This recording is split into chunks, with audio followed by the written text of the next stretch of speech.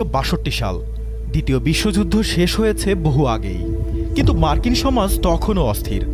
অর্থনৈতিক মন্দা আর রাজনৈতিক অস্থিরতার সুযোগে শহরের রাস্তায় তখন প্রতিদিনই নতুন নতুন অপরাধের জন্ম হচ্ছে। অস্ত্র, মাদক আর ব্যাংক ডাকাতি তখন নিত্যদিনের ঘটনা।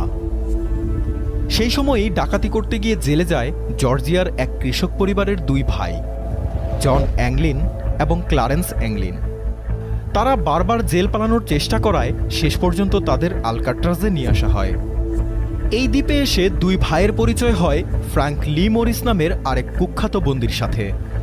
ফ্র্যাঙ্ক মরিসের জীবনটা ছিল সিনেমার গল্পের মতোই রোমাঞ্চকর। ছোটবেলায় বাবা মা মারা যাওয়ার পর পালক পরিবারের কাছ থেকে পালিয়ে তিনি পা রাখেন অপরাধের জগতে। অত্যন্ত বুদ্ধিমান, ঠান্ডা মাথার মরিস জেল থেকে পালানোর জন্য কুখ্যাত ছিলেন। আলকাট্রাজে আসার পর তিনি আবারও শুরু করেন এক অসম্ভব কাজের পরিকল্পনা, এই দুর্ভেদ্য জেল থেকে পালানোর পথ খোঁজা।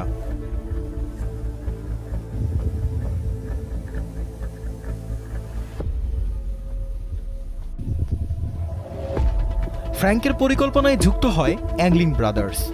আরেক বন্দী অ্যালেন ওয়েস্টও যোগ দেন তাদের সাথে। রাতের অন্ধকারে কারারক্ষীদের চোখে ধুলো দিয়ে তারা চামচ দিয়ে একটু একটু করে সেলের ভেন্টিলেটরের মুখ খুঁড়তে থাকেন।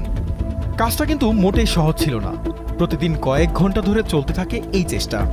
শব্দ যাতে বাইরে না যায় সেজন্য নানাভাবে শব্দ আড়াল করার চেষ্টায়ও ব্যস্ত থাকতেন তারা। প্রায় ৬ মাস ধরে চলতে থাকে এই গোপন কাজ।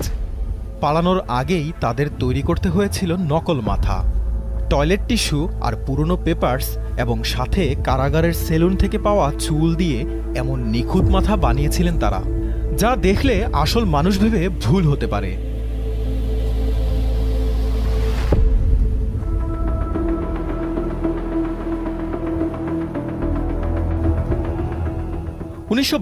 সালের ১১ জুন রাত। পরিকল্পনার সবটাই এগোচ্ছিল নিখুঁতভাবে, কিন্তু বিপত্তি বাঁধল ওয়েস্টকে নিয়ে।